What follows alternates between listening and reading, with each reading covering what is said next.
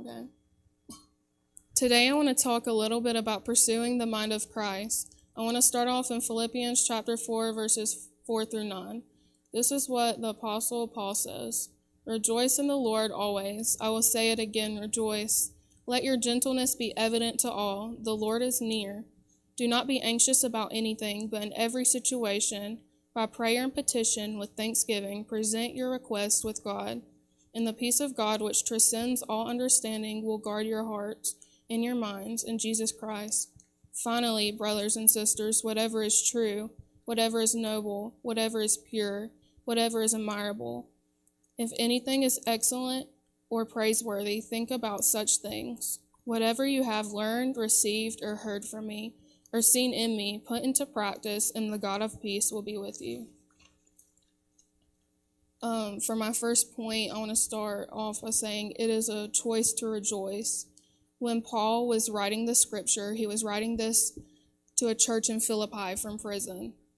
Many people will say you can't have peace of mind because you don't understand what is going on at work or with my family. But remember, Paul is preaching from prison, and he starts by saying, hey, church in Philippi, rejoice in the Lord always. He doesn't say it once, he says it twice. Rejoice in the Lord always. Now, the word rejoice means to be glad in, but we are not glad in what, we are glad in who. It says rejoice in the Lord. It doesn't say rejoice in your finances. It doesn't say rejoice in your promotion. It says rejoice in the Lord. Because if you are only going to rejoice in a what, you will always find yourself wanting more. But when you begin to start rejoicing in a who, you will never stop praising God. A who is more important than a what. That's why Paul says, rejoice in the Lord always. And you might say, what about in sickness? What about in failure? What about in rejection? What about in loss? He's saying, rejoice in the Lord always. A lot of people never get peace of mind because they are waiting for a moment to rejoice. They are waiting for a moment to be glad in God, and they think they can only be glad in God when they are happy. But the problem with happy is that we are not always happy. There comes moments where there's real challenges, real suffering, and real pain. Life is not about happiness. The goal of life is not to be happy. Happy is based on happenings, and when you can't control what always happens to you, you may often notice people whose mind is not free tend to hurt people. When your mind is bound by the enemy, you hurt people.